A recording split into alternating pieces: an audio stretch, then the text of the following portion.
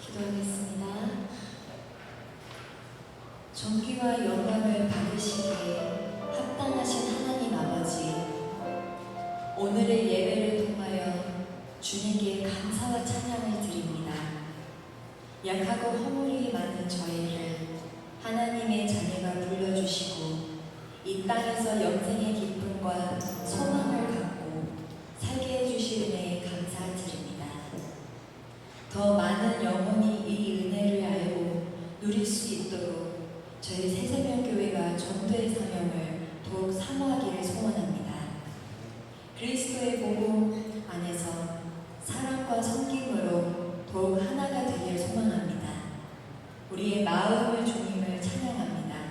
예수 그리스도의 이름으로 기도드립니다. 아멘.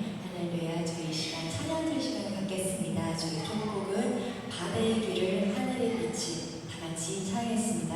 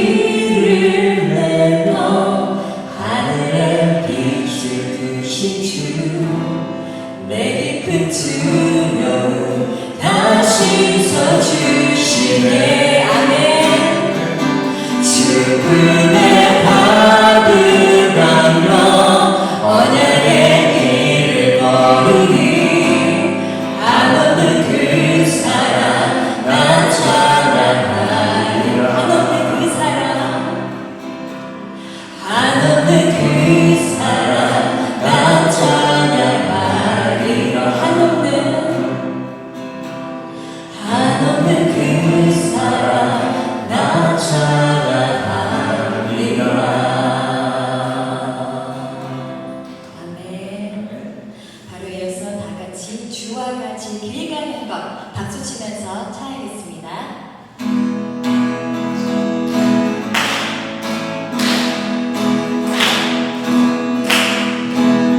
주와 같이 길 가는 것 즐거움이 하니까 우리 주님 걸어가신 발자취를 갈 텐데 한 걸음 한 걸음 주 예수와 함께 날마다 우리 영원한 어린아이 같은 우리 능력하고 약하나 주의 손에 이끌리어 생명 기록하겠네. 한 걸음 한 걸음 주 예수와 함께 날마다 우리 걸어가리. 꽃이 피는 들판이라 험한 골짜기라도 주가 인도하는 대로 주와 같이 살겠네. 애써 진짜의 똑같이 우리들도 천국에 들려 올라갈 때까지 주와 같이 걷겠네. 한 걸음 한 걸음 주 예수와 함께 날마다 우리 걸어가리. 한 걸음 한 걸음 주 예수와 함께 날마다 우리 걸어가리.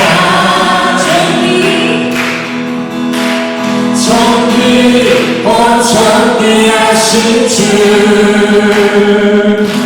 감사 찬양과 경배가 받으신 주님.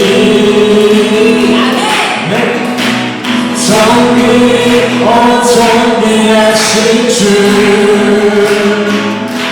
감사 찬양과 경배가 받으신 주님.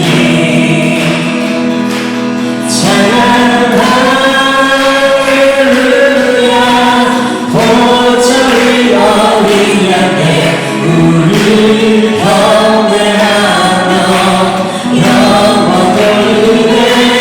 오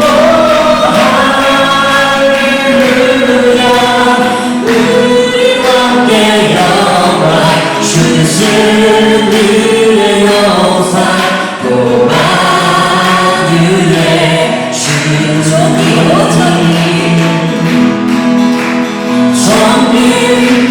존귀하신 주 감사 찬양과 경배가 받으신 주님.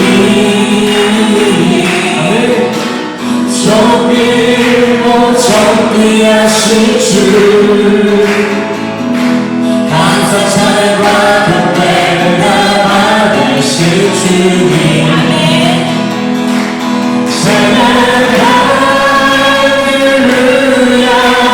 보좌 위 어린 양께 우리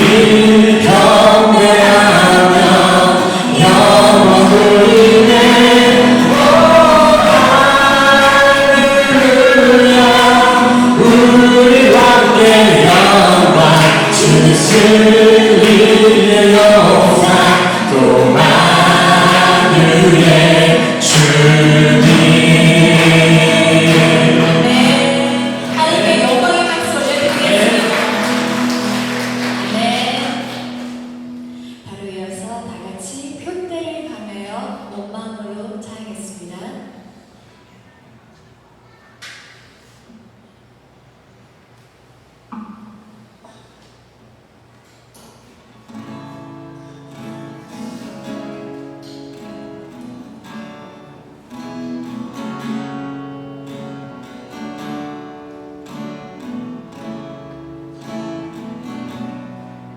내게 유익하던 것을 유익하던 것을 다해로 여기네 구주를 위하여 모두 다 버리고 모든 것을 잃어버려도 나같지 않은 예수를 아는 지식이 가장 고상함이라 육체를 신뢰하지 않고 육체를 신뢰하지 않고 겸손한 마음으로 부활의 능력과 고난에 참여하며 그의 죽으심을 본받아 그리스도를 얻고 예수의 안에서 발견되려 함이라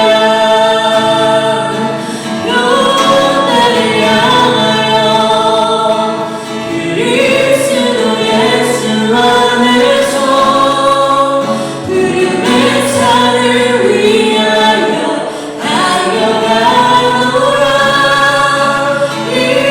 이전에 있는 것을 모두 잊어버리고 앞에 계신 그리스도께로 하시겠습니다. 내게 유익하던 것을 다해로 여기네 구주를 위하여 모두 다 버리네 모든 것을 잃어버려도 나같지 않은 예수를 아는 지식이 가장 고상함이라 아멘. 육체를 신뢰하지 않고 겸손한 마음으로 부활의 능력과 고난에 참여하며 그의 죽으심을 본받아 그리스도를 얻고 예수의 안에서 발견되려 함이라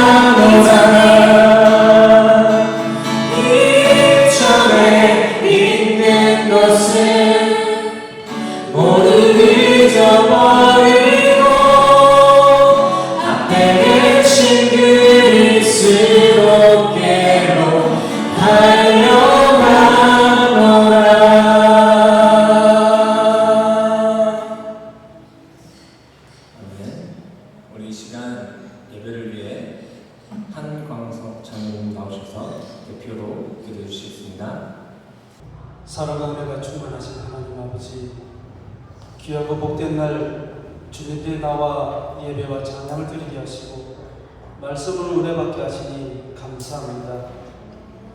주님보다 더 귀한 분이 없음을 고백하며 주를 찬양합니다. 죄인으로 죽을 수밖에 없었던 저희들을 구원하시고 주의 자녀로 살아가도록 붙들어 주신 하나님 사랑에 또한 감사를 드립니다. 우리가 삶 속에서 주의 말씀대로 살아야 저희들이지만 자신의 뜻과 의지대로 살지는 않았는지 고백합니다. 저희들이 죄와 허물이 있다면 용서해 주옵시고 정결한 마음으로 언제나 하나님 앞에 우선순위 삶이 될 수 있도록 인도하여 주옵소서. 사랑을 베푸시는 하나님 아버지, 뜻이 있어 이곳에 새 생명교회를 세우시고 어려움 속에서도 힘주시고 지켜주신 줄 믿습니다. 새 생명교회가 더욱 부흥하게 하시고 계획한 주의 사업과 일정 위에 주께서 진히 간섭해 주셔서 모두 열매맺게 하시고 감사가 넘치게 하옵소서. 하나님을 사모하는 믿음의 공동체로 더욱 확장되어지기를 간절히 소망합니다. 이 시간 예배에 참석한 모든 이에게 풍성한 은혜가 있게 하시고 언제나 주 안에서 서로 사랑하고 아껴주며 하나님께로 더 가까이 다가갈 수 있도록 이끌어 주옵소서. 오늘도 하나님의 말씀을 전하시는 목사님, 말씀의 능력을 더 입혀주시고 영육의 강건함도 허락하여 주옵소서. 귀한 말씀이 선포될 때 아멘으로 화답하게 하시고 우리 삶과 일터에서 뿌리가 되는 생명이 말씀이 되게 하옵소서. 변함없이 예배를 위해 이 모양 저 모양으로 수고하는 손길들이 있습니다. 저들을 기억하시고 기쁨과 은혜로 충만하게 채워 주옵소서. 이 모든 것 거룩하신 예수님의 이름으로 감사하며 기도합니다. 아멘. 함께 묵상하시겠습니다. 여호와는 나의 목자시니 내가 부족함이 없으리로다. 그가 나를 푸른 초장에 누이시며 쉴 만한 물가로 인도하시리로다. 내 영혼을 소생시키시고 자기 이름을 위하여 의의 길로 인도하십니다. 내가 사망의 음침한 골짜기를 걷지 못할지라도 해를 두려워하지 않을 것은 주께서 나와 함께 하신다. 주의 지팡이와 막대기가 나를 안위하시나이다. 주께서 내 원수의 목전에서 내게 상을 베푸시고 기름으로 내 머리에 바르셨으니 내 잔이 넘치나이다. 나의 평생의 선하심과 인자하심이 정령 나를 따르리니 내가 여호와의 집에 영원히 거하리로다. 아멘. 이 시간 다 같이 일어나셔서 사도신경 함께 고백하시겠습니다. 앞에 남아있는 PPT 참조하셔서 한 구절 한 구절 함께 고백하시겠습니다. 전능하사 천지를 만드신 하나님 아버지를 내가 믿사오며 그 외아들 우리 주 예수 그리스도를 믿사오니 이는 성령으로 잉태하사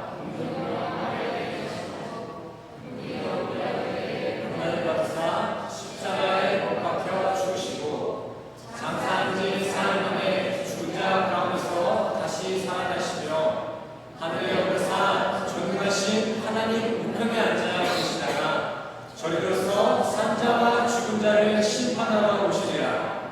성령을 믿사오며 거룩한 공예와 성도가 서로 교통하는 것과 죄를 사하여 주시는 것과 몸이 다시 사는 것과 영원히 사는 것을 믿사옵나이다.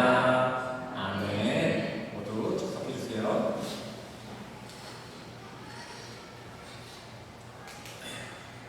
교회의 세주 시간입니다. 오늘도 교회에 모이신 성도님들을 주님의 이름으로 환영하고 축복합니다. 새생명교회 주일 예배 시간은 11시입니다. 조금 미리 오셔서 오늘의 말씀을 묵상하시고 기도로 예배를 준비해 주시길 바랍니다. 또 예배 이외에도 신방이나 성경 공부가 필요하신 성도님들은 교회로 연락 주시길 바랍니다. 교회 번호는 들어오시면서 받은 주보 뒤편에 준비되어 있습니다. 주일 예배 대표기도 순서가 매달 교회 주보에 업데이트되고 있습니다. 순서를 미리 확인하시고 기도로 준비해 주시길 바랍니다. 또 교회 주보는 모바일 QR코드로도 사용 가능합니다. 이 앞에도 있고 뒤에도 있고 1층에도 이 포스터가 붙여져 있으니까 많은 이용 부탁드립니다. 헌금 시간은 따로 준비되어 있지 않습니다. 봉헌에 감동 있으신 분들은 본당 문 앞에 놓여진 헌금함에 봉헌해 주시길 바랍니다. 오늘 예배가 끝나고 애창 후 오후 1시부터 교회 1층 소예배실에서 제자 모임이 있습니다. 많은 관심과 또 참여, 기도 부탁드립니다. 또 오전 9시 반, 주일 오전 9시 반에는 주일학교 어린이 예배가 있습니다. 다음 세대를 위해 많은 기도와 관심, 또 가장 중요한 것은 아이들의 출석을 위해 우리 학부모님, 성도님들께서 많이 신경 써주시길 바랍니다. 오늘 예배 순서에는 김태현, 카트린 성도님의 찬양, 김하연 어린이의 헌화식이 있습니다. 많은 관심과 기도 부탁드립니다. 자, 오늘 방문 여기서 마치도록 하겠고요. 이 시간 하나님의 사랑에 함께 찬양하시면서 서로를 축복하고 하나님께 영광 돌리는 찬양들이 드리시길 바라겠습니다. 함께 찬양하겠습니다. 서로를 축복하며 찬양할까요?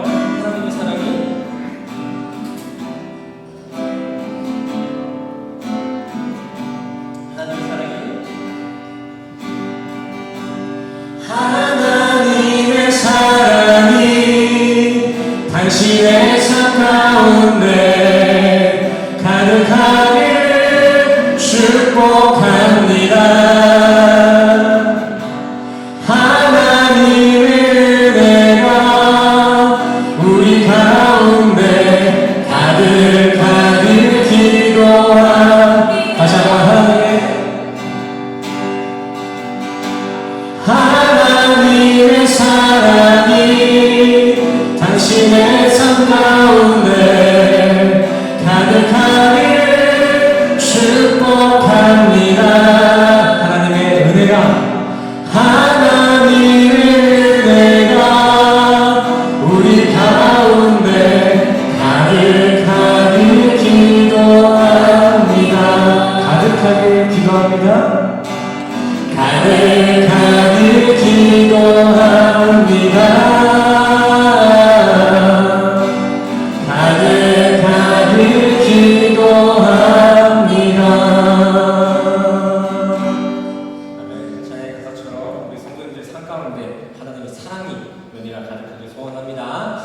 오늘 본 말씀 보시겠습니다. 오늘 본 말씀은 창세기 38장부터 11절, 26절까지 보시겠습니다. 오늘 구절이 깁니다. 20구절 되는 것 같은데 제가 먼저 읽고 우리 성도님들 읽고 이렇게 교독으로 나가시겠습니다. 제가 먼저 읽겠습니다. 유다가 그의 며느리 다말에게 이르되 수절하고 내 아버지 집에 있어 내 아들 셀라가 장성하기를 기다리라 하니 셀라도 그 형제같이 죽을까 염려함이라. 다말이 가서 그의 아버지 집에 있으리라. 12절 시작.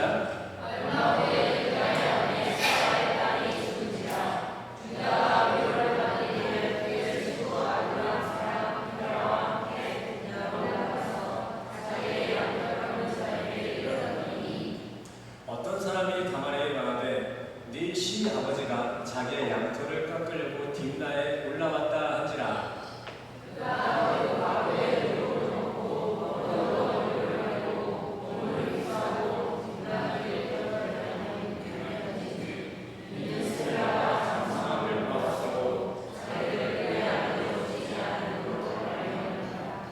그가 얼굴을 가렸으므로 유다가 그를 보고 청녀로 여겨.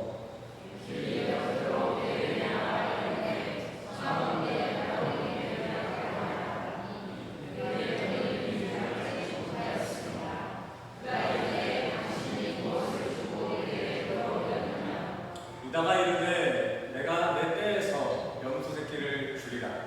그가 이르되 당신이 그것을 줄 때까지 담보물을 주겠느냐.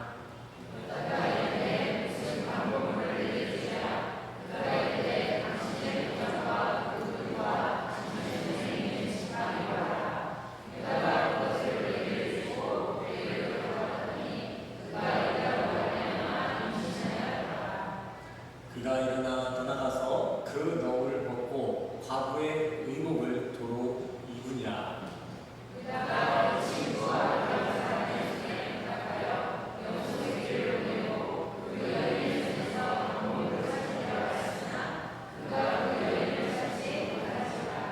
그가 못 살아나게 물어 이르되 길곁 에나임에 있던 창녀가 어디 있느냐? 그들이 이르되 여기는 창녀가 없느니라.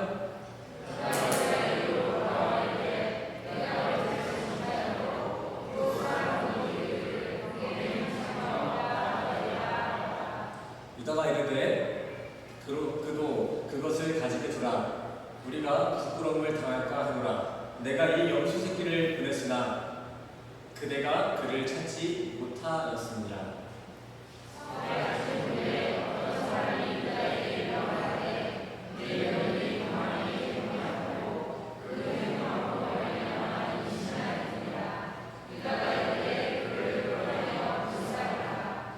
여인이 끌려나갈 때 사람을 보내어 시아버지에게 이르되 이 물건 임자로 말미암아 임신하였느니라. 청하건대 보소서 이 도장과 그 끈과 지팡이가 누구의 것이니까 한지라. 26절을 같이 읽겠습니다. 26절 시작.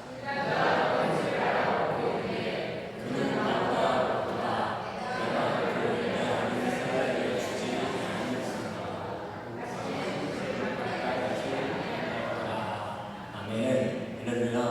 오늘도 말씀을 찾아 이 자리에 모이신 성도님들을 주님의 이름으로 환영하고 축복합니다. 우리 옆사람 나이 섰으면 좋겠습니다. 주님의 이름으로 환영하고 축복합니다. 잘 오셨습니다.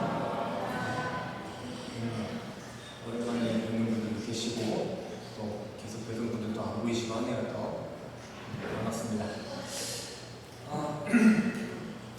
오늘은 지난 시간 설교에 이어지는 내용입니다. 우리 지난 시간 내용을 짧게 요약하면서 이렇게 리바인드 한번 해봤으면 좋겠습니다. 유다는 하나님의 유업을 이을 야곱 족속의 대표가 되었습니다. 하지만 유다는 그런 신앙의 대를 이어야 할 야곱 공동체에서 빠져나와 신앙이 없는 이들과 친구 삼고 또 이방인 아내까지 데려왔습니다. 민족의 순수성을 깨어버린 것이죠. 그렇게 유다는 신앙 공동체에 빠져나온과 동시에 이방인들과 방탕한 삶을 살며 나중에는 아이까지 갖게 됩니다. 그리고 그 아이들의 이름은 엘과 오난과 셀라 이렇게 셋입니다. 유다는 이렇게 생각했을 것입니다. 아니 자기 하나님께서는 자기 가족들, 자기 공동체에서 벗어나면 죽는다 그랬는데 막상 나와서 살아보니까 살만한데? 교회 안 나가도 대충 살만한데? 이렇게 생각했을 거예요. 하지만 공의의 하나님은 그러한 유다의 방탕한 생각을 악하게 여기시고 그런 방탕으로 잉태된 자녀 엘, 장남을 죽여버리셨습니다. 신앙을 벗어난 대가로 그 가문의 대표였던 장남 엘을 처벌하신 것입니다. 허나 하나님은 그런 유다 가족에게 다시 한번 하나님의 유업을 이어갈 기회를 다시 한번 줍니다. 첫째의 죽음으로 야곱 공동체를 무너뜨리지 아니하시고 둘째 오난에게 그 사명을 전가시키신 것이죠. 그렇게 유다 공동체는 다시 한번 하나님의 유업을 이룰 수 있는 언약 백성의 삶을 그 기회를 얻게 되었으나 둘째 오난은 그러한 상황 가운데서도 자신의 수지타산을 챙기면서 생명을 땅에 버려버렸습니다. 오난은 형의 토각시가 아니라 자신이 장자권을 갖겠다는 욕망을 가지고 있었던 거예요.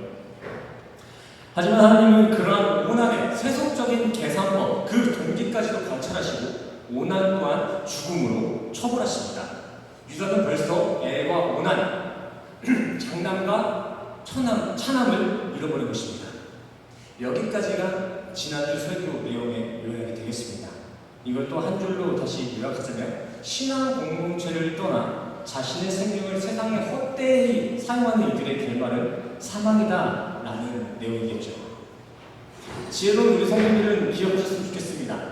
아무리 이 현 시대 기독교가, 이 현 시대 교회가 변질되고 타락됐다고도 하지만 그래도 세상에서는 이 교회가, 이 기독교가 우리의 유일한 소망인 줄 믿습니다.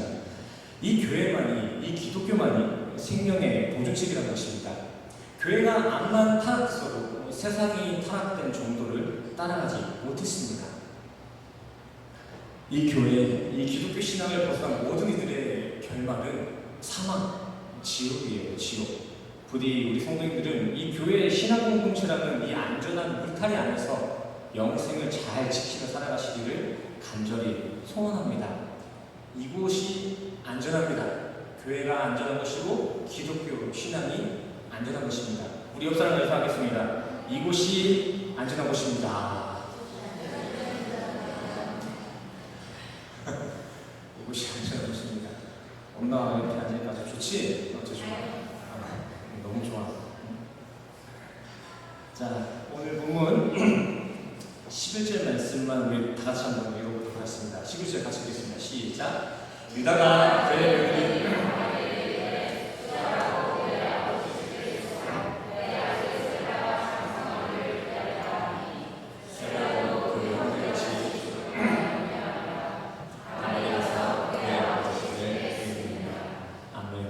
잘 아시다시피 유다에게는 자식이 셋이 있었습니다. 첫째 엘과, 둘째 오난, 셋째 셀라. 근데 지난 시간 엘과 오난은 이미 죽었고 이제 셀라만 남은 상태입니다. 자, 그렇다면 이제 수혼법, 계대 결혼법에 따르면은 이제 누가 엘의 아내였던 다말과 가족의 대를 이어가야 할까요? 수혼법 기억나시죠? 형이 아이 없이 죽으면은 그 형수와 결혼해야 되는 수혼법 기억하시죠? 근데 첫째와 둘째가 다 죽었습니다. 그러면 이제 누가 그 형의 형수와 결혼을 해야 되죠? 셋째 셀라입니다. 셀라가 이제 형수와 혼인을 해야 될 차례입니다.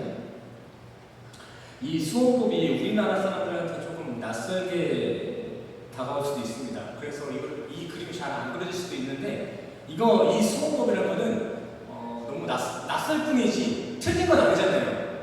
우리 한국 사람들이 개고기 먹는 그런 문화나 풍습과 비슷하다고 생각하시면 될 것 같습니다. 그러니까 이 부분들을 너무 도덕적으로나 윤리적으로만 판단하지 마시고 당시 이러한 사회 문화 속에 어떤 하나님의 뜻이 감춰져 있는지 공부한다 생각하시고 한번 집중해 주시길 바랍니다. 자, 그렇게 수혼법에 따라 이제 막내 셀라가 형수 다말과 결혼해야 될 때가 왔습니다. 근데 오늘 본문을 읽어보니까 야곱이 이 둘을 중재하고 있어요. 어떻게 중재하고 있죠? 다말아, 우리 막내 셀라가 아직은 어리니까 셀라랑의 그 결혼은 조금 나중에 하자. 조금만 기다려봐라. 너는 셀라가 다 클 때까지 너네 고향에 내려가 있어. 조신하게 기다리렴. 수혼법, 형수랑도 결혼해야 하는 문화권에서 갑자기 재혼, 그 결혼에 있어 너무 어리다는 이런 핑계는 너무나 웃긴 핑계입니다. 유다가 어떠한 꿍꿍이를 가지고 선비노릇을 하고 있는 것이죠. 말씀을 보시면은 아니나 다를까 유다에게는 다른 선배가 있었습니다. 11절 하나를 보시면 셀라도 그 형들같이 죽을까 염려함이라 라고 기록되어 있죠. 유다는 지금 다말과 결혼하고 죽은 엘과 오난과 같이 우리 셀라도 저 다말이랑 결혼했다 죽으면 어쩌지? 라는 두려움이 있었던 것입니다. 유다는 아직도 모르는 거예요. 자기 아들들이 왜 죽었는지. 성도님들은 아시죠? 유다의 아들들이 왜 죽었나요? 첫째와 둘째가 왜 죽었죠? 오난과 엘의 근본적인 이유, 그 사망의 근본적인 이유가 무엇이죠? 유다 본인이었습니다.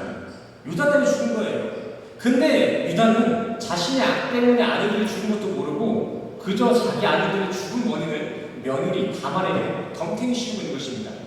며느리 다말에게 자기 아들들을 잡아먹는 괴물이라는 이 프레임을 씌우고 있는 거예요. 참 고약하죠. 근데 이렇게 자기 성찰, 자기 죄의식 없이 남들 탓하며 정죄하는 모습, 이게 바로 신앙 공동체를 떠난 세상 방탕한 사람들의 현실, 실제입니다. 이건 유다의 모습이 아닙니다. 유다만의 모습이 아니에요. 우리 안에도 이런 거 있지 않습니까?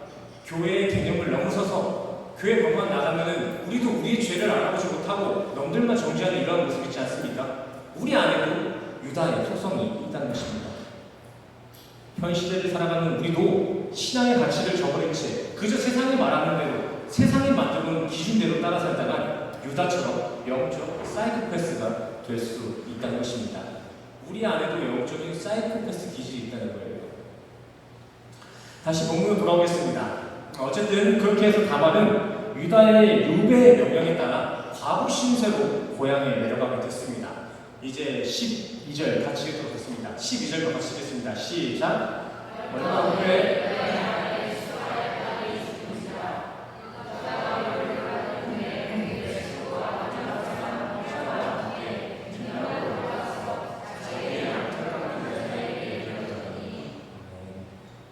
유다는 덮친 격으로 아들 둘을 잃고 얼마 후에 아내, 수아의 딸, 아내까지 잃게 되었습니다. 상황만 보면 참 딱하죠.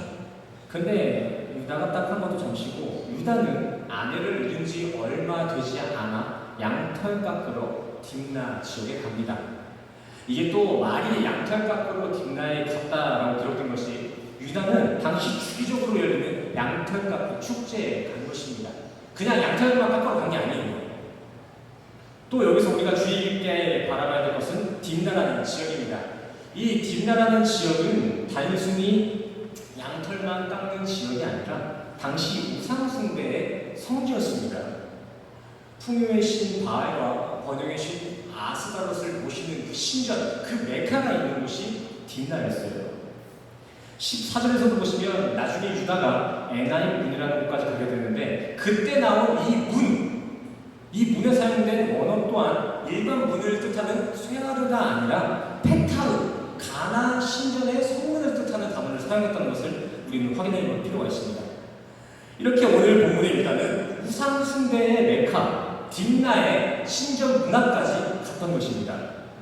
그래도 이 딥나라는 지역에서 신전이 있든 말든 양털만 잘 깎으면 문제가 없었겠지만 유다는 이 딥나라는 나라에 가서 매춘 행위까지 저질러 버립니다. 유다가 아주 미쳤습니다.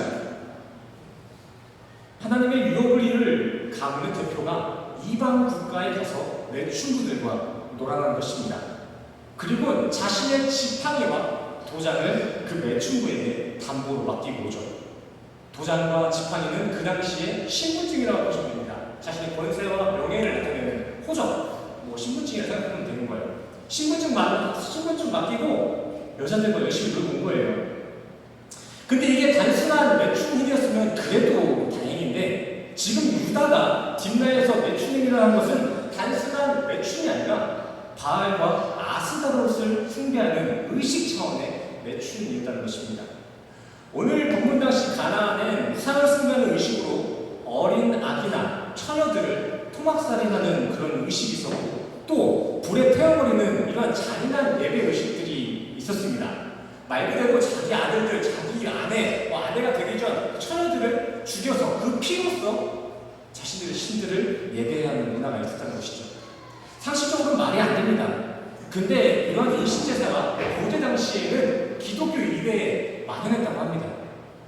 근데 또 고대엔 이런 인신제사 이외에도 수많은 우리가 이해할 수 없는 여러 가지 괴짜 의식들이 있었는데 그중 가장 고약한 의식 중 하나가 신전 여사제들과 관계를 맺는 매춘 의식이었습니다.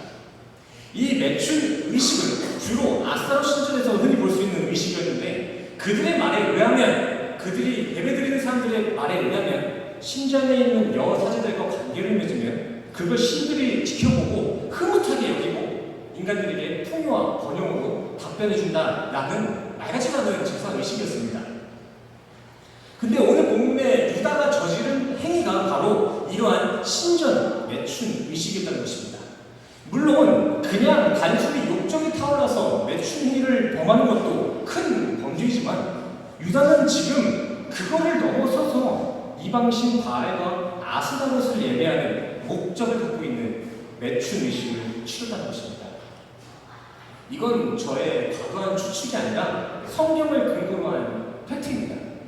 21절에서 보시면요, 유다가 나중에 그때 그 만났던 매춘했던 그 매춘부를 다시 찾아가는데 그때 그 매춘부를 가르쳐 사용한 단어가 카데시입니다. 카데시는 그냥 매춘료가 아니라 신전 사제,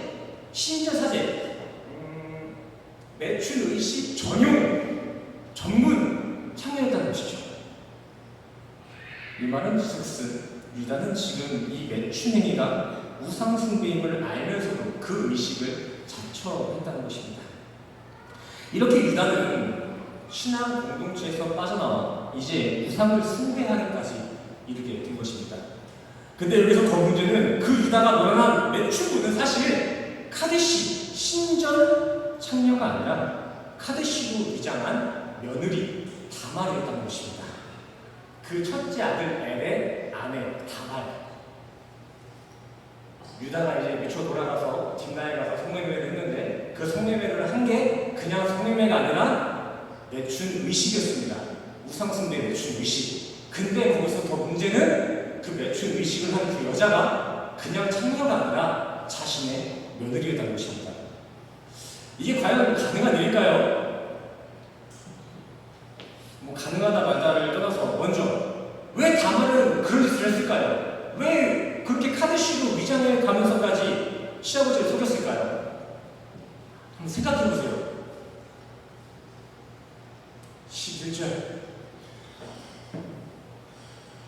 11절 있나요, 사모님? 며느리 다말은 시아버지 유다가 자신을 과부의 신분으로 유배 보낸 것에 대해서 아주 한을 가지고 있었던 것입니다. 왜 그렇게 시아버지한테 한을 가지고 있었을까요? 아니 뭐 크고 나서 준다 했잖아요. 뭐 고향에 가라 했는데 뭐가 이렇게 한을 품을 만한 이유였을까요? 현 시대와는 많이 다른 문화를 가지고 있습니다. 고대 당시에는 이렇게 다말처럼 혼인을 하고도 자식을 갖지 못하면 그 여자는 평생 저주받은 사람으로 낙인이 찍혔었습니다. 그래서 다말은 지금 자신이 이렇게 고향에 유배되어 있다간 평생 저주받은 여자로 낙인 찍히게 뻔하니까 시아버지를 공략한 것입니다. 며느리가 지금 시애비를 통해서라도 이 가문의 혈통을 잇고자 몸을 던졌다는 것입니다. 제가 이 설교를 하는 것도 힘들지만 이 설교를 준비하면서도 힘들었어요. 이거 내가 해야 되는 건가 이게 봐요. 아주 본문 내용이 더럽고 치사해서 그만하고 싶더라고요. 이렇게 문자 스토리로만 보면은 참 비상식적인 이야기예요. 납득이 안 가요.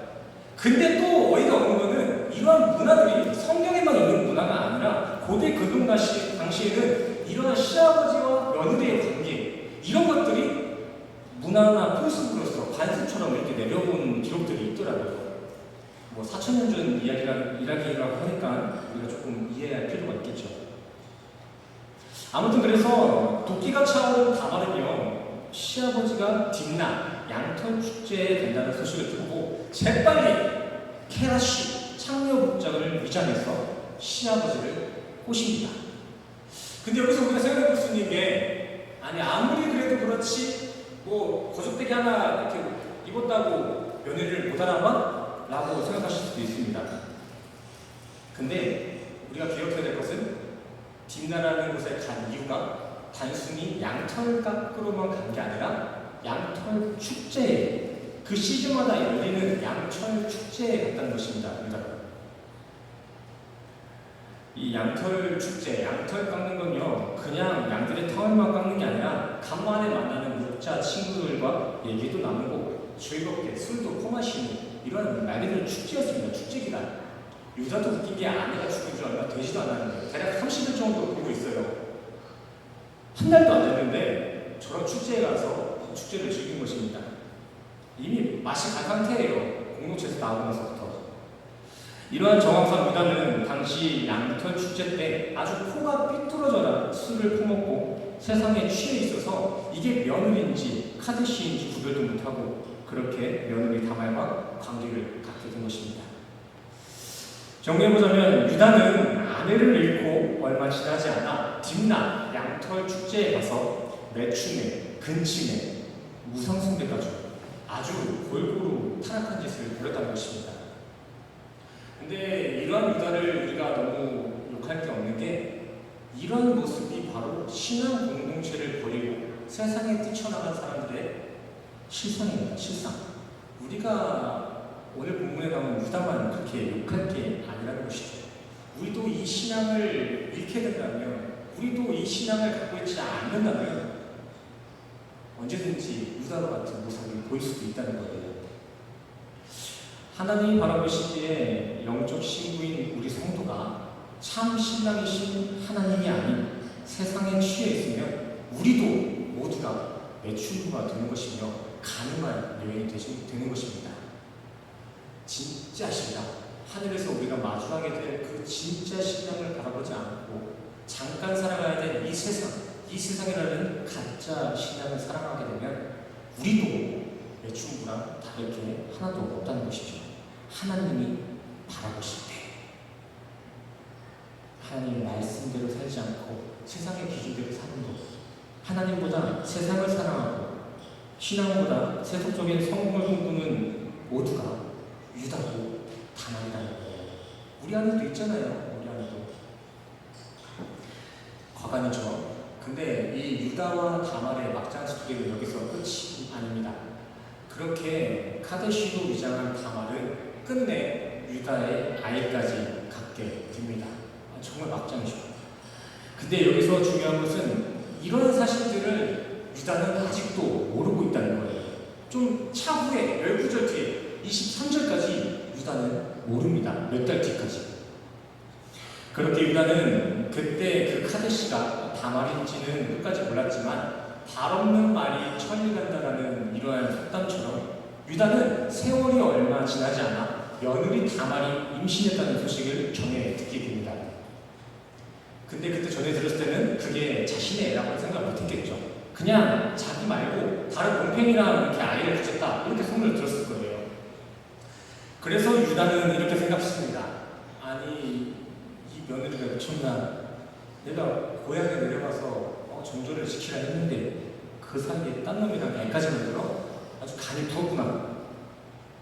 근데 그러면서도 가슴 한켠에는 이런 생각을 하실 겁니다. 어차피 며느리가 저렇게 죽을 짓을 했으니 아예 죽여버리고 내 아들을 지켜내자. 내가 봤을 때 다말이랑 내 아들이랑 결혼하면 내 아들 또 죽을 거야. 그러니까 그 다말을 죽여버리자. 이런 계획을 합니다. 그래서 유다는 당장 처벌할 화형대를 준비했습니다. 불태워 죽이려고 처형대를 준비해요. 근데 그때 다말이 딱 그 불 처형대 앞에 서서 이걸 딱 내밉니다. 뭘 내밀까요? 25절. 도장과 끈과 지팡이. 이게 뭐죠? 도장과 지팡이 뭐예요? 자나? 자, 재준이? 도장과 끈과 지팡이가 뭐예요? 신분증. 신분증이에요, 신분증. 누구의 신분증? 유다의 신분증. 아버님, 당신이 날 태워 죽이려고 하거든. 이거 먼저 보세요. 그러고서는 유다의 신분증을 던져줄 겁니다. 아버님, 제가 행음한 대가로 불태워져 죽는다면 죽겠습니다. 근데 내 배 안에 있는 이 얘기는 당신이 3달 전 딥나에서 매춘한 그 여자건 제 것입니다. 유다는 그 도장과 지팡이, 신분증을 확인하곤 즉각 자신의 죄를 인정하고 뉘우칩니다. 그리고 며느리에게 이렇게 얘기하죠. 네가 나보다 옳구나. 원어 성경에서는 여기에 옳다라는 표현에 짜다크라는 단어를 사용하는데 이 짜다크는 의입니다. 의. 유다는 지금 다말에게 네가 나보다 어렵다라고 이야기하고 있는 것입니다. 근데 성경이 말하는 의란 무엇입니까? 제가 수십 번을 말한 것 같아요. 성경이 말하는 의란 무엇입니까? 착한 일 하는 것, 남들 도와주는 것, 그것도 의지만 성경이 말하고자 하는 궁극적인 의는 무엇이죠? 하나님의 고유의 것입니다. 하나님의 고유의 것. 그러기에 인간에게 주어진 의는 인간 스스로가 만들어낸 자력의 의가 아니라 그렇게 의로우신 하나님과 관계 맺은 상태, 하나님의 말씀에 온전히 기생하며 살아가는 상태가 의입니다. 우리가 말씀대로 살아가고 말씀에 순종하며 살아가는 것이 우리의 의라는 것입니다. 이것만 성경이 인정해주는 의라는 거예요. 하나님과 동행으로 얻을 수 있는 덕택, 그게 의입니다. 또 로마서 3장 21절 말씀, 율법 외에 하나님의 한 의가 나타났으니 그 의는 곧 예수 그리스도를 믿는 믿음이니, 또 의란 말씀이신 예수 그리스도를 믿는 것, 예수와 동행하는 것이 우리 인간이 만들어낼 수 있는 의라는 것입니다.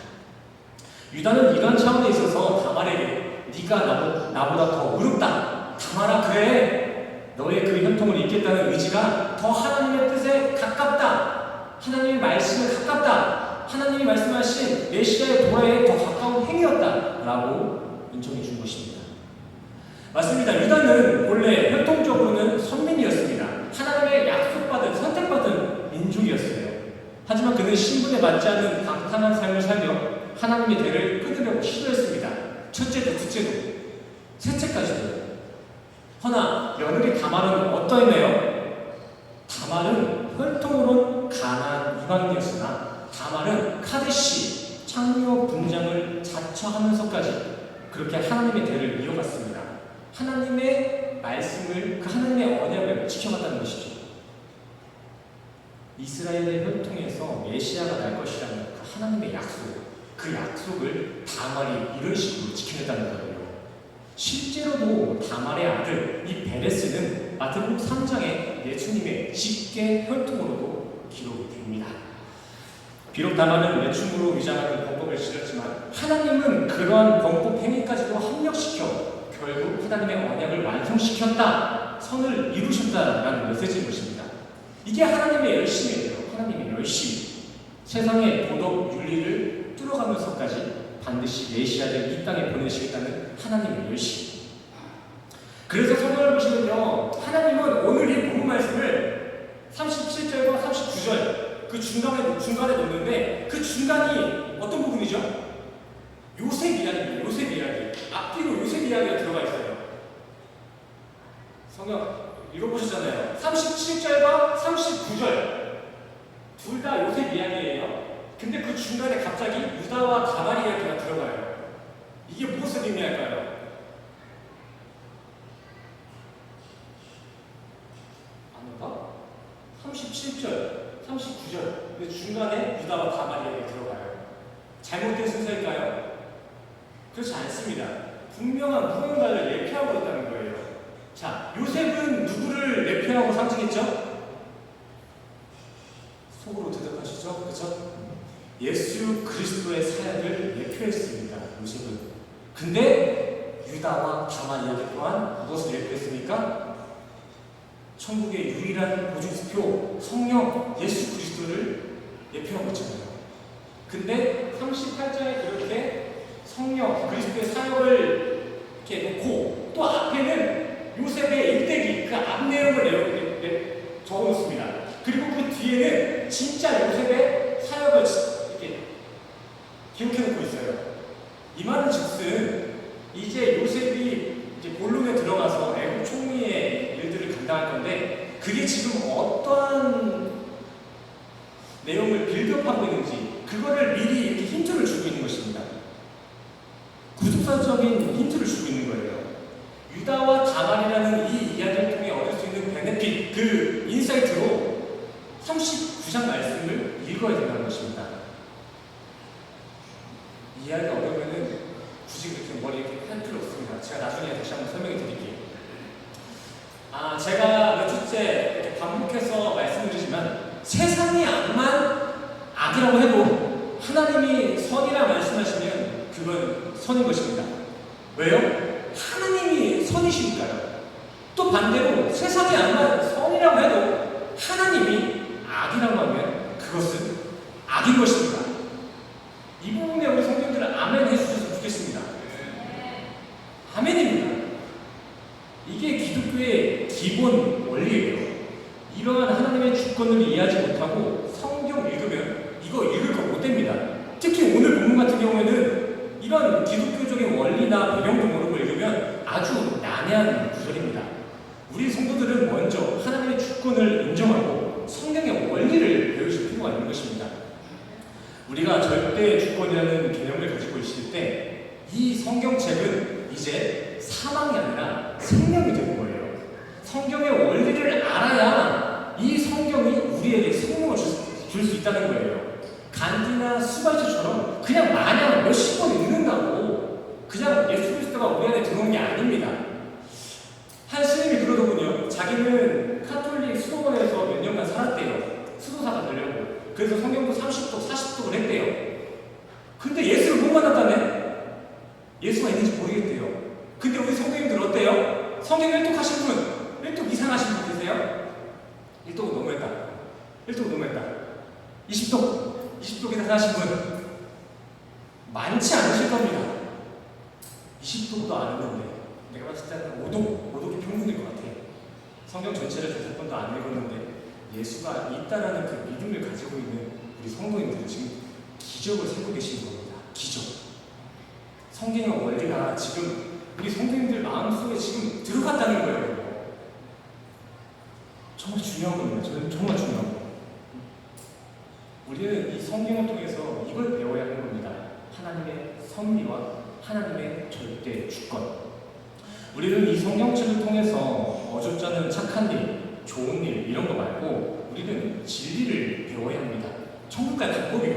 다른 거 말고 어떻게 하면 착하게 살지? 어떻게 하면 우리 가족끼리 평화로울까? 이런 것도 좋지만 성경의 궁극적인 목적은 거기에 있지 않다는 거예요. 어떻게 하면 천국에 갈 수 있는지, 어떻게 하면 우리의 죄가 사라지는지에 대한 목적이 이 성경책에 집필된 목적이라는 것입니다. 아멘이신가요? 우리 학생들, 아멘이 뭐예요, 아멘이? 지금 당신이 하신 말이 성경과 동일한 내용이 맞습니다. 그 말은 진리가 맞습니다. 라는 게 아멘입니다. 제가 일상생활에서 어떤 대화를 할 때 호응 안 해주셔도 됩니다. 아멘 안 하셔도 괜찮아요. 근데 제가 설교단에 올라와서 말씀을 전할 때는 같이 동의를 해주셔야 돼요. 아, 저거는 성경 말씀이 맞아. 목사님이 성경 말씀 똑같이 얘기하네? 이럴 때 아멘을 하는 겁니다. 그 아멘은 곧 우리 성도님들 믿음이 되는 거예요. 동의했으니까. 뭐 강요를 하는 건 아니지만 이게 하나님의 말씀이 맞다라고 머릿속에 들어오면 아멘으로 화답해 주시기 바랍니다. 아멘. 자, 그리고 또 우리가 자나하게 배워야 될 한 가지가 더 있습니다. 사실 오늘 유다와 다말 이야기를 3편으로 나누려 했는데 오늘 여기서 끊도록 하겠습니다. 짧게 갈게요. 우리가 다말에게 배워야 될 한 가지 더 있습니다. 이게 무엇일까요? 하나님의 섭리와 하나님의 주권을 배우고 또 다말에게 배워야 될 것. 하나님에게 배워야 될 것. 무엇일까요? 배짱입니다. 배짱. 죄인인 우리가 심판대 앞에 내놓아야 할 것은 나의 선함이나 업적이 아닌 하나님 백성의 신분증인 지팡이와 도장이라는 것입니다. 우리가 지니고 있어야 될 게 다른 게 아니라 하나님 백성이라는 그 신분증, 예수 그리스도라는 거예요. 다만이 만약 유다에게 그 신분증, 도장 말고 다른 물질들을 받았더라면 다말은 화형을 당했을 것입니다. 하지만 다말은 유다에게 신분증을 받았고 다시 그에게 그 신분증을 내밀었기 때문에 생명을 구하고 마지막에는 네가 의롭다라고 칭을 받습니다. 이것만 봐도 지금 성경의 전체적인 풀림이 이렇게 그려지지 않습니까? 아, 우리가 이렇게 구원받는 거구나. 아, 우리가 이렇게 의롭다 칭함받는 거구나. 그 그림을 지금 유다와 다말을 통해서 지금 그려내고 있는 겁니다. 그냥 한 시대의 역사만 보시면 안 돼요. 저 역사가 무엇을 담고 있는지, 이 역사가 어떻게 천국과 하나님의 섭리를 담고 있는지를 우리는 이해할 필요가 있습니다. 이렇게 우리 성도들도 마찬가지입니다. 우리가 주님 앞에 이 인생 가운데 구해야 될 것도 하나님의 백성됨을 증명할 수 있는 신분증, 예수 그리스도이며 또 우리가 심판대 앞에 주님 앞에 내놓아야 할 것도 하나님 백성됨의 신분증, 예수 그리스도라는 것입니다. 아멘이십니까? 우리가 교회에서 구해야 될 것, 우리가 인생을 살아가는 가운데 반드시 구해야 될 것, 그것도 예수 그리스도. 우리가 죽어서 심판대 앞에서도 자랑해야 될 것, 그것도 예수 그리스도 한 분이라는 것입니다. 우리 성도는 이렇게 예수의 의만 구하고 예수의 의만 붙잡고 살아가야 천국 가는 거예요. 뭐 어줍지 않은 도덕 윤리적인 오름이나 선행으로 심판대 앞에 섰다가는 곧장 웃습니다. 저 이렇게 착하게 살았습니다. 저 이렇게 멋진 인생 살았습니다. 제가 자식들에게 얼마를 유산을 물려줬습니다. 이런 말 했다가는 곧장 죽는 겁니다. 그렇기 때문에 우리 성도님들의 자손들에게 가장 먼저 물려줘야 될 것은 신앙의 유산입니다. 신앙의 유산. 신앙의 유산. 돈 몇 푼 없으셔도 괜찮아요. 우리 인생의 목적이 뭐예요? 여호와를 찬양하고 여호와의 영광의심을 깨닫는 거 아니겠습니까? 그렇기 때문에 우리 이것만 잘하고 가면 되는 겁니다. 인생의 목적이 지금 그거라는 거예요. 그것만 잘하면 되는 거예요. 돈 많이 벌고 뭐 진실하게 살고 성실하게 사는 거 그것도 중요하지만 그건 차선. 우선은 여호와가 어떤 분이신지 내가 이 땅에 왜 태어났는지를 올바로 깨닫는 것입니다. 그래서 우리 성도님들이 자손들에게 물려줘야 될 가장 첫 번째 것은 신앙의 유산입니다. 어제 김종도 지사님이랑 점심을 같이 먹었어요. 근데 미리 유언을 하셨대요. 나는 다른 거 아무것도 없어. 근데 예수 똑바로 믿어 너네. 이렇게 얘기하셨답니다. 멋지지 않습니까? 안 멋있어요? 저는 감동받았습니다. 된장찌개 먹으면서. 맞습니다. 이러한 믿음의 고백, 이러한 신앙의 유산이 우리 성도님들께 있었으면 저는 너무나 좋겠습니다. 우리는 무조건 천국의 보증인 예수, 성령만 붙잡고 자랑해야 되는 거예요. 우리 성도님들 모두가 예수로 죽고 예수로 살며 예수만 자랑하고 예수만 사랑하는 천국 백성 되시기를 간절히 소원합니다. 강요가 아니라 그래야 살아요. 그래야 살아요. 제가 사는 법을 알려드리는 거예요. 그래야 삽니다. 이거 제가 학생들이랑 자주 하는 얘기가 있어요. 니들이 교회 나온다고 해서 내가 월급이 늘어나지 않아. 내가 내 일이 줄어들지 않아. 근데 왜 자꾸 너네한테 이렇게 소리쳐가면서 내가 교회 나오라 하겠냐? 천국 가자고. 같이 살자고. 제가 이렇게 목소리 높인 것도 너무 이렇게 안 좋게 생각하지 마시고 간절하구나라고 느꼈으면 좋겠습니다. 저 진짜 간절해요. 다른 사람은 몰라도 우리 새벽교회 교회들은 다 같이 천국 갔으면 좋겠습니다. 우리 이렇게 인사할까요, 여러분들과? 예수로 죽고 함께 인사하겠습니다. 예수로 죽고 예수로 살며 예수만 자랑하고 예수만 사랑합시다. 아멘. 아멘이시죠? 그래야 삽니다. 아멘. 오늘 설교 말씀을 이렇게 마치도록 하고요. 이렇게 설교를 통해서 주신 감동과 또 그리고 우리가 한 주간 가지고 있었던 기도의 제목 가지고 우리 이 시간 함께 기도하며 찬양 드리는 시간 갔으면 좋겠습니다.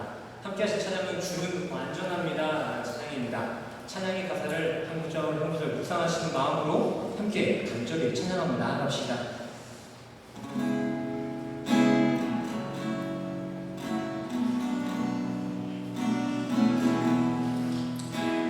주님, 우리가 이만큼은 연약합니다. 주여, 우리 연약합니다. 하루를 사는 것도 너무 힘들어요, 주님. 우리 오늘을 힘겨워합니다. 주를 이루며 살기에 부족합니다. 우리 연약합니다. 이절로 찬양할까요? 주님, 우린 오늘도 넘어졌어요. 주여, 우리 넘어집니다. 오늘 하루 또 실수합니다. 주의 긍휼을 구하는 죄인입니다. 우리 주만 바라봅니다. 한없는 주님의 은혜를 찬양합니다. 한없는 주님의 은혜 온 세상 위에 넘칩니다. 가릴 수 없는 주여,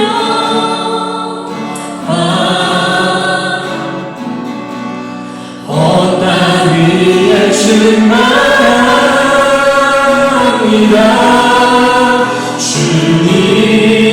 주님만 이기오니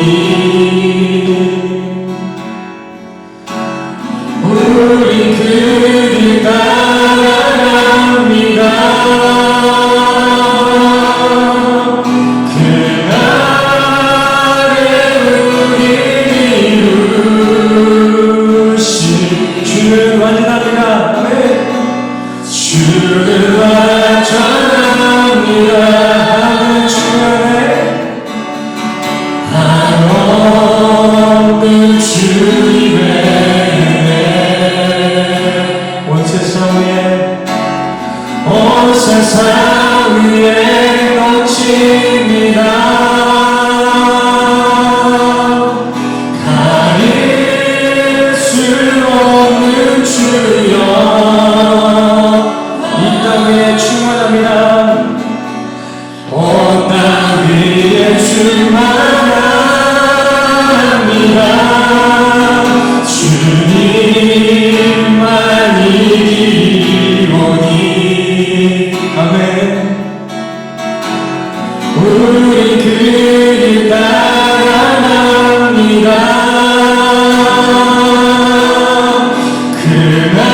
그날에 우리를 이루시. 주를 완전합니다. 주를 완전한 우리 믿음과 기도하시겠습니다. 함께 기도하시겠습니다. 아멘. 하십니다.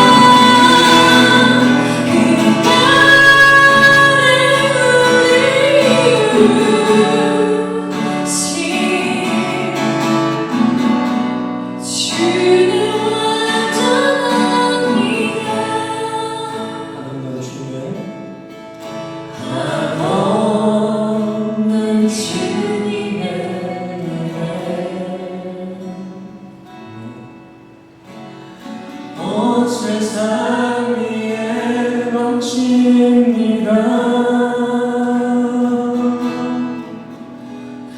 가릴 수 없는 주 영광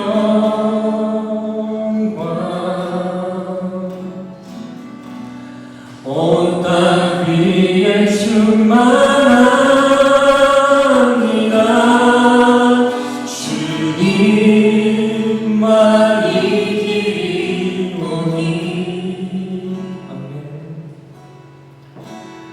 우리 그를 따라갑니다.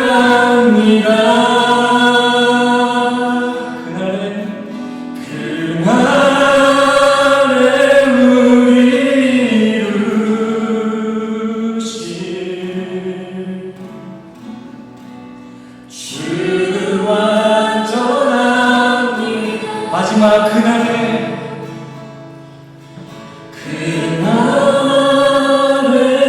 우리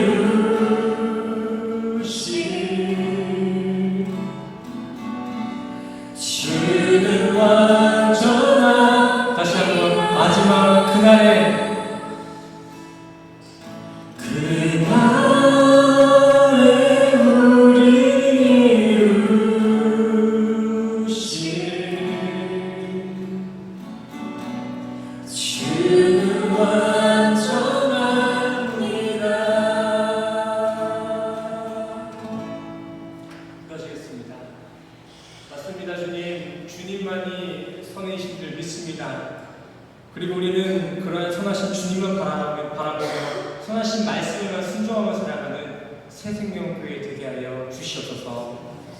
주님 또한 이 시간 나는 죽고 주로 산다는 이러한 믿음의 결심을 가지고 주님 앞에 예배하며 공헌하는 이들이 있습니다. 주님, 하나님의 선하신 방법으로 그들의 삶을 풍요케 하여 주시옵소서. 가늠한 여인과 같은 우리 또한도 무한한 은혜로 사랑하신 주님의 은혜에 감사드리며 예수 그리스도 이름으로 간절히 기도드렸습니다. 아멘. 아멘. 할렐루야. 광고 시간 때 제가 말씀드린 것 같이 오늘은 헌화식이 있습니다. 김태현 카트린 성도님의 자녀 둘째 김하연의 헌화식입니다. 길지 않으니까 같이 참여해 주시고 내려가서 찬 같이 나누시도록 하겠습니다. 첫째는 이제 코로나 전이어서 이미 헌화식을 한 상태고요. 우리 둘째는 2020년도 1월 29일에 태어나서 코로나식이잖아요. 그래서 조금 늦었지만 이제 와서야 이렇게 헌화식을 올려드립니다. 자, 다음 거 넘겨주세요. 헌화식에 들어가기 앞서서 우리 성경 공독하는 시간을 갖도록 하겠습니다. 창세기 33장 5절입니다. 함께 읽도록 하겠습니다. 에서가 눈을 들어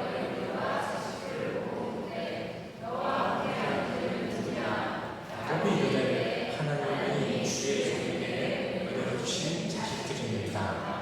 다음 넘겨주세요. 다시 읽겠습니다. 시작. 오늘 내가 너에게 명하는 이 말씀을 너는 마음에 새기고 내 자녀에게 부지런히 가르치며 집에 앉았을 때든지 길을 갈 때든지 누워있을 때든지 일어날 때든지 이 말씀을 강론할 것이며 그리스도인들은 하나님의 계명을 대열로 준수해야 한다. 마지막 한 구절 읽겠습니다. 내 아들아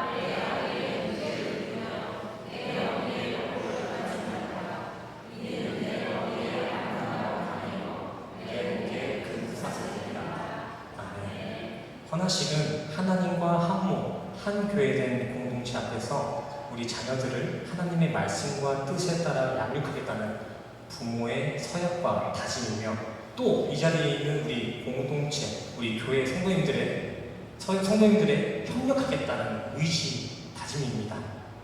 오늘 헌화식은 단순한 율법적인 형식이 아닌 부모와 아이의 신앙 고백이며 또 그 성도의 자녀를 올바른 신앙인으로 협력하겠다는 우리 성도님들의 다짐인 것입니다. 우리 성도들 모두가 우리 하연이가 신앙의 올바른 길을 걸을 수 있도록 다 같이 힘쓰겠다는 약속을 하는 것입니다. 그래서 이렇게 성도님들이 같이 참여해 주시는 거예요. 이러한 사실에 동의해 주신다면 우리 두 부모님과 우리 성도님들은 아멘으로 화답해 주시길 바랍니다. 헌화식을 시작하겠습니다. 먼저 부모에 서약하겠습니다. 앞에 봐주시고 하나님 앞에서 공동체, 교회 공동체를 대표하여 자녀들의 부모께 묻습니다. 이 두 분은, 부모님들은 자녀를 하나님과 교회 공동체에 헌화하고자 나왔죠. 하나님과 모든 교회 앞에서 진실하게 대답해 주시길 바랍니다. 대답은 아멘으로 하시면 됩니다. 아멘. 아멘. 두 분께 묻겠습니다. 두 부모는 삼위일체 하나님, 즉 하나님의 창조주 되시고 아버지 되심과 예수님이 우리의 구원자 되심과 성령이 우리 안에 내주하셔서 인도하고 계심을 믿으십니까? 아멘입니다. 두 번째 질문입니다. 두 부모는 이 자녀가 하나님이 선물로 주신 자녀임을 믿고 자녀를 맡은 청지기로서 자녀에게 신앙생활과 삶의 몸을 보이며 하나님의 말씀을 가르쳐 그의 뜻에 순종하는 삶을 가르치시겠습니까? 아멘입니다. 마지막 세 번째 질문입니다.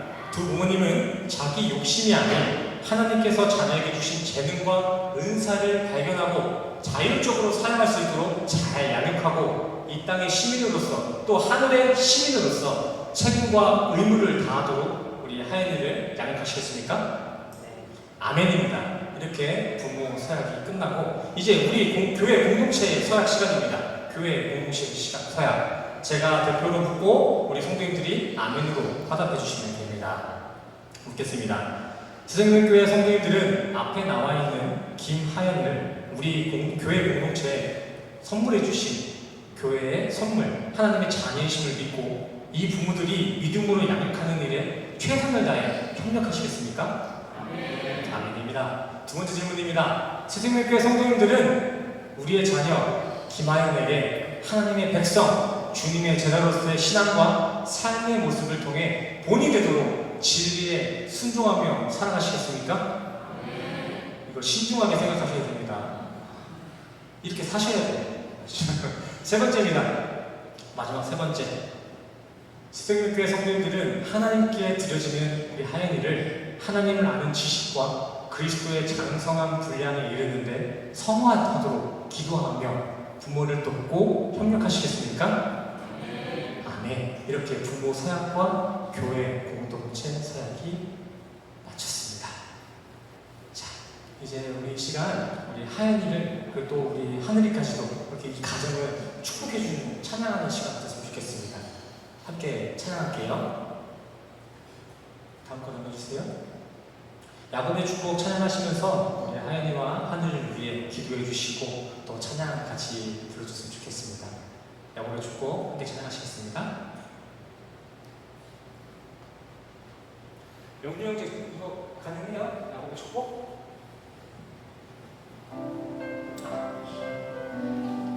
우리 축복하는 손을 내밀면서 우리 하연이를 축복해 줍시다. 우리 하연이 가정과 하연이와 하늘을 위해 함께 찬양하겠습니다. 소리 켜주세요. 너는 담장통으로 담장 너머로 뻗은 나무 소리 켜주세요. 가지에 푸른 열매처럼 하나님의 귀한 축복이 삶에 가득히 넘쳐날 거야. 아, 저게 하연이에요. 너는 어떤 시련이 와도 능히 이겨낼 강한 발이 있어. 전능하신 하나님께서 너와 언제나 함께 하시니 아멘. 너는 하나님의 사랑, 아름다운 하나님의 사랑. 나는 널 위해 기도하며 내 길을 축복할 거야. 너는 하나님의 선물, 사랑스러운 하나님의 열매, 주의 품에 꽃 피운 나무가 되어줘. 너는 하나님의 사랑, 아름다운 하나님의 사랑. 나는 널 위해 기도하며 내 길을 축복할 거야. 너는 하나님의 선물, 사랑스러운 하나님의 열매, 주의 품에 꽃 피운 나무가 되어줘. 나무가 되어줘. 아멘. 아멘. 우리 마지막 순서로 원래 보통은 집례자가 대표로 기도하는데 저는 저 혼자 기도해 주는 것보다 우리 성도님들이 함께 기도해 주는 게 더 좋지 않을까 싶어서 기도문을 준비했습니다. 우리 기도문을 같이 하연이를 위해 같이 기도해 주시고 축도로 이제 예배를 나가겠습니다. 함께 기도하실게요. 같이 읽겠습니다. 하나님 아버지, 오늘 헌화식을 통해 주님의 딸 하연이를 주님의 손에 맡깁니다. 주님, 항상 주님의 사랑으로 하연이의 육체를 강건히 보호해 주시고 주님의 지혜와 계시의 영으로 하연이의 구원을 단단히 지켜주세요. 다른 무엇보다 우리 하연이가 주님 바라보시기에 선한 자녀로 성장하길 원합니다. 세상의 이치보다는 하나님의 말씀을 더 사랑하게 하시고 세상의 오름보다는 하나님의 선을 따르는 주님의 자녀 되게 해주세요. 지금으로부터 영원까지 함께 하신 주님의 보호하심과 의로우심에 감사드리며 예수 그리스도의 이름으로 기도드렸습니다. 아멘. 아멘. 감사합니다. 감사합니다.